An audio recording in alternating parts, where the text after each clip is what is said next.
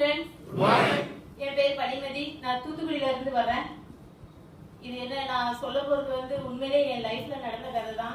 3 வருஷம் ரொம்ப கஷ்டப்பட்டிருக்கேன் நான். அதை எப்படி ஷேர் பண்ண போறேன்னு இப்ப எல்லாரும் அதில் உட்காந்து நான் முடிச்சுட்டு தான் இருந்தேன். ஏன்னா அது அவ்வளவு தூரம் சொல்ற அளவுக்கு மனசுல தைரியம் கிடையாது. அந்த அளவுக்கு நான் அந்த பிரச்சனைனால கஷ்டப்பட்டிருக்கேன். என் ஹஸ்பண்ட் வந்து ஒரு லாரி டிரைவர். லாரி டிரைவர்னா கண்டெய்னர் வண்டி ஓட்டுவாங்க. மாதம் வெளியூர் போவாங்க. மாச கணக்கில் தான் வீட்டுக்கு வருவாங்க. எப்படியும் மாசத்துல ஒரு 3 நாள் 4 நாள் அப்படிதான் ரெஸ்ட்டுக்கு வருவாங்க. அப்படி ஒரு நாள் அவங்க டிரைவிங் பண்ணும்போது ஸ்பீடா லோடு ஏற்றி வந்துட்டு இருக்கும்போது பிரேக் வயர் கட் ஆகி அவங்க வண்டி பாலத்துல இருந்து அப்படியே கீழே விழுந்துட்டு, அவ்வளவு தூரம் விழுந்த உடனே அவங்க உடம்புல எந்த விதமான ரத்த காயமும் கிடையாது. ஆனா முதுகெலும்பு ஒரு மனுஷனுக்கு முக்கியமான ஒரு இடம், அதாவது முதுகெலும்பு வந்து 2ஆ உடைஞ்சிட்டு. உடஞ்ச உடனே எங்களுக்கு நாகர்கோயில அந்த ஆக்சிடென்ட் நடந்திருக்கு. எனக்கு யாரும் இன்ஃபார்ம் பண்ணல. அதுக்கப்புறம் அவங்கள அந்த ஊர்க்காரங்க கொண்டு போய் நாகர்கோயில் ஆஸ்பத்திரியில சேர்த்திருக்காங்க. சேர்த்து அவங்க ஒன்னும் ரத்த காயம் இல்லை அப்படின்னு ஒன்னே எங்களுக்கு எந்த இன்ஃபார்ம் பண்ணல. இப்ப கண்ணு முழிச்சுருவாரு, நம்ம உடனே வீட்டுக்கு அனுப்பிடலாம் அப்படின்னு நினைச்சு இருந்துட்டாங்க. ஆனா அவங்க 3 நாள் ஆகியும் கண்ணு முழிக்கல அப்படின்னு ஒன்னதான் எங்களுக்கு இன்ஃபார்ம் பண்ணாங்க. நாங்க அதுக்கப்புறம் போனப்போ அவங்க போனதுக்கு அப்புறமும் அவங்க கண்ணு திறக்கல. என்னன்னு டாக்டர்கிட்ட கேட்டப்போ என்னன்னு தெரியல, அவரு முழிச்சு ஏதாவது பேசினாதான் நாங்க சொல்ல முடியும் அப்படின்னு சொல்லிட்டாங்க. அது நாங்க 1 வாரம் வரைக்கும் நாகர்கோயிலே ஸ்டே பண்ணோம். அதுக்கப்புறம் என்னன்னு அவங்க ஊசி எல்லாம் போட்டு ஸ்கேன் எல்லாம் எடுத்து பார்த்தப்பதான் 2ஆ உடைஞ்சிருக்கு, அதை ஆப்ரேஷன் பண்ணணும். அதுக்கப்புறம் தான் அது என்னன்னு சொல்ல முடியும் அப்படின்னு சொல்லிட்டாங்க. சரி, நாங்க ஆப்ரேஷனுக்கு ஒத்துக்கிட்டோம். அவங்க ஆப்ரேஷன் பண்ணாங்க. முதுகுல பிளேட்டு எல்லாம் வச்சு ஆப்ரேஷன் பண்ணாங்க. பண்ணதுக்கு அப்புறமும் கண்ணு திறந்து பார்க்காங்க. ஆனா எந்த பேச்சும் கிடையாது.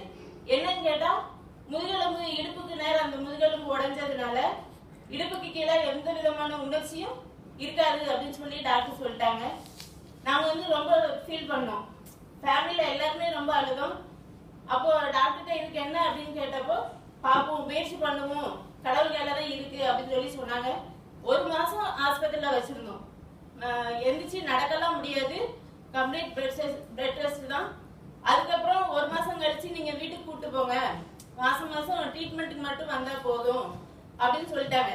அப்புறம் என்ன சார் நிலைமை அப்படின்னு கேட்டதுக்கு அவங்க இப்படிதான் இருப்பாங்க, இப்படியே நீங்க வச்சு பாத்துக்கோங்க அப்படின்னு சொல்லிட்டாங்க. நாங்க கேப்சூல் மட்டும் அங்க இருந்து வாங்கிட்டு வருவோம். சாதாரணமா அவங்க மட்டும் 1000 கணக்குல கொடுத்து மாத்திரை வாங்கிட்டு வருவோம். 1 மாசம் வச்சிருந்து தூக்கிட்டு வந்துட்டோம் வீட்டுக்கு. வீட்டுல வச்சுதான் பார்த்தோம். வீட்டுல வச்சும் 1 மாசம் இல்லைங்க, 1 இயர் பார்த்துருக்கோம். 1 வருஷமா கம்ப்ளீட் பெட்ல தான் இருப்பாங்க. எந்திக்க முடியாது, சாப்பிட முடியாது, மோஷன் யூரின் எதுவுமே எல்லாமே பெட்ல தான். எனக்கு வந்து அப்போ டெலிவரி, அதாவது குழந்தை பிறந்திருந்தது. என் பையனுக்கு வந்து 3 மாசம். 2007ல அந்த ஆக்சிடென்ட் நடந்தது. 3 மாசம் அந்த குழந்தைய எப்படி பாத்துக்கிட்டனோ அதே மாதிரிதான் என் ஹஸ்பண்டையும் நான் பாத்துக்கிட்டேன். அந்த மாதிரி இருக்கும்போது நம்ம டாக்டர்கிட்ட போய் கேட்டோம், இது இப்படியே தான் இருப்பாங்களா அப்படின்னு. அவங்க நீங்க முடிஞ்சா இன்னும் கொஞ்சம் செலவு பண்ணுங்க, பண்ணீங்கன்னா அவங்க எந்திரிச்சு உட்கார அளவுக்கு நாங்க ஏதாவது ட்ரீட்மெண்ட் பண்ணுவோம் அப்படின்னு சொன்னாங்க. சரின்னு நாங்க மேற்கொண்டு லட்சக்கணக்கில் கொடுத்துதான் அந்த மறுபடியும் போய் ட்ரீட்மெண்ட் எடுத்தோம். எடுக்கும்போது அவங்க அந்த ட்ரீட்மெண்ட் 1 மாசம் ஆச்சு. 1 மாசம் எடுத்து வீட்டுக்கு கூட்டு வரும்போது கொஞ்சம் கொஞ்சமா எந்திரிச்சு உட்கார வைக்க அப்படி இருந்தாங்க. டாக்டர் என்ன சொன்னாங்கன்னா, இப்படிதான் இருப்பாங்க, ஒரு பொம்மை மாதிரி இருப்பாங்க, டிரைவிங் பண்ணக்கூடாது, முக்கியமா 2 வீலர் ஓட்டக்கூடாது அப்படின்லாம் சொல்லிட்டாங்க. சரி அப்படின்னு சரி நடக்கிறாங்களே அது வரைக்கும் போதும் அப்படின்னு சொல்லிதான் இருந்தோம். ஆனா அந்த ஜாயிண்ட் அந்த உடஞ்ச எலும்புல வந்து வலி குறையவே இல்லை, கொஞ்சம் கூட வலி குறையல. அப்படின்னா அவங்களுக்கு வந்து 39 வயசு ஆகுது. அதுதான் சின்ன குழந்தைங்க வலி தாங்காம அழுகிற மாதிரி அப்படி அழுவாங்க. அந்த வலியில ரொம்ப கஷ்டப்பட்டோம். அந்த வலிக்கிற நேரம் அந்த கேப்சூல போடுவாங்க. அந்த நேரம் வலி சரியாகும், மறுபடியும் வந்துடும். வலி சரியாகும்னா அந்த 1 மணி நேரம் தான். அதுக்கப்புறம் மறுபடியும் அந்த வலி வந்துடும். அது என்ன செய்யுதுன்னே தெரியல. அப்புறம் டாக்டர்கிட்ட கேட்டதுக்கு அது அவங்க வயசு இது பண்ற வரைக்கும் அந்த வலி அப்படிதான் இருக்கும், நீங்க மாத்திரை போடுங்க, அந்த நேரம் வலி கேட்கும், அதுக்கப்புறம் வலி வரதாம செய்யும், ஒண்ணும் செய்ய முடியாது அப்படின்னு சொல்லிட்டாங்க. சரி, நாங்க தொடர்ந்து அந்த மாத்திரை போட்டாங்க. ஒரு நேரம் நைட்டு 12 மணி இருக்கும்.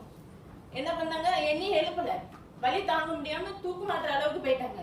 அதுக்கப்புறம் குழந்தை கத்தி எந்திரிச்சு பார்க்கும்போது ஃபேன்ல கயிறை மாட்டிட்டு நிக்கிறாங்க. கயிறை ஊத்துட்டு அவங்களே இறக்கி சமாதானப்படுத்தினேன். ஆனா முடியல, ரொம்ப அழுகுறாங்க, என்னால வலி தாங்க முடியல அப்படின்னு.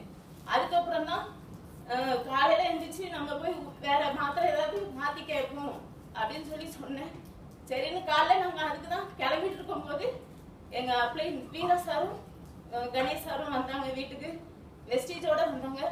ஆனா மார்க்கெட்டிங் அப்படின்னாலே எனக்கு பிடிக்காது. என்ன காரணம்னா முன்னாடி இது மாதிரி ஒரு மார்க்கெட்டிங்கால எங்களுக்குள்ள நிறைய ப்ராப்ளம் வந்து பிரிஞ்சிருந்தோம்.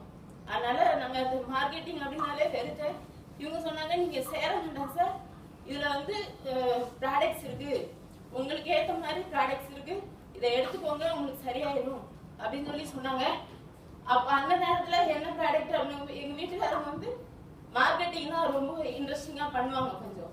அதனால சரி ஃப்ரெண்ட்ஸ் அப்படின்னாலே அவங்க ரொம்ப முக்கியத்துவம் கொடுப்பாங்க. 2 பேருமே ரொம்ப க்ளோஸ் ஃப்ரெண்ட் தான். அதனால ப்ராடக்ட்ஸ் கொடுத்தப்போ வாங்கி சாப்பிட்டாங்க. நாங்க அன்னைக்கு ஆஸ்பத்திரிக்கு போக வேண்டியது போகல, இருந்துட்டோம் வீட்லயே. அதுக்கப்புறம் அந்த ப்ராடக்ட் யூஸ் பண்ணாங்க. பண்ணி ஒரு 10 நாள் கழிச்சு கொஞ்சம் கொஞ்சம் நடந்துட்டு இருந்தவங்க திருப்பி நடக்கல, அப்படியே படுத்துட்டாங்க. என் பொண்ணு நானும் சேர்ந்து தூக்கி தான் விட்டோம். நானும் பயந்துட்டேன், இனிமே போட வேண்டாம், அதை அப்படியே ஸ்டாப் பண்ணிக்கோங்க அப்படின்னு சொன்னேன். அவங்க சொன்னாங்க நம்ம 2500 ரூபா கொடுத்து வாங்கியிருக்கோம், அதை வேஸ்ட் பண்ண வேண்டாம், சாப்பிட்டுட்டு நம்ம அப்புறம் ட்ரீட்மெண்ட் போகலாம் அப்படின்னு சொன்னாங்க.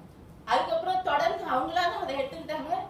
அந்த கேப்சூல் எல்லாம் முடியும் போது அவங்களுக்கு அந்த பெயின் இல்லை, நார்மலா நடக்க ஆரம்பிச்சாங்க.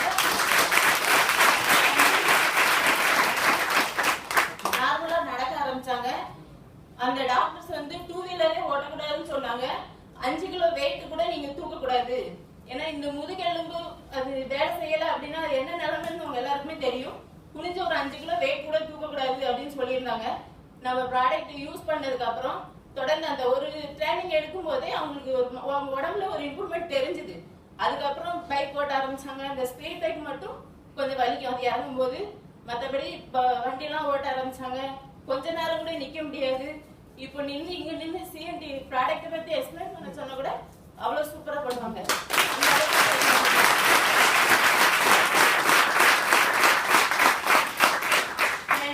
கடைசியா ஒன்னே ஒண்ணு சொல்லிக்கிறேன், அது என்னுடைய ஆசை.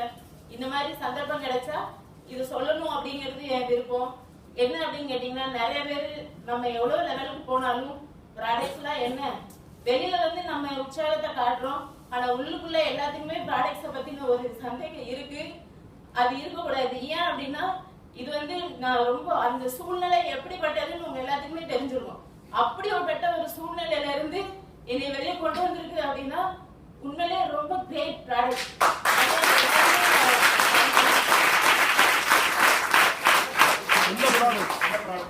Glucosamine, calcium, spirulina, noni. First எனக்கு அறிமுகம் கிடைச்சது இந்த 4 ப்ராடக்ட்ஸ் தான். இப்பவும் யாருக்கும் மூட்டு வலி இருக்கு அப்படின்னு சொன்னாலே அவங்களுக்கு முன்னாடி நான் ரொம்ப வேகமா போய் அதை எக்ஸ்பிளைன் பண்ணுவேன். ஏன்னா அந்த அளவுக்கு அதுல ரிசல்ட் நான் ரொம்ப கண்ணால நேர்ல பார்த்த விஷயம். அவங்க எந்திரிச்சு நடமாடி இப்போ அந்த வலி அப்படிங்கிற பேச்சுமே இடம் இல்லை. ஆஸ்பத்திரி கேப்சூலும் போடல, இப்போ இந்த கேப்சூலும் எடுத்துக்கல. அவங்க வேலை ரொம்ப அதிகமா இருக்குன்னு பட்சத்துல எடுத்துப்பாங்களே தவிர ரெகுலரா இப்போ நாங்க அதை யூஸ் பண்ணல. பிள்ளைங்களும் நானும் வேற இந்த சத்து மாத்திரை மாதிரி அடிஷனலா ஸ்பெலினா அயன் பழைய அப்படியே யூஸ் பண்ணிட்டு இருக்கோம்.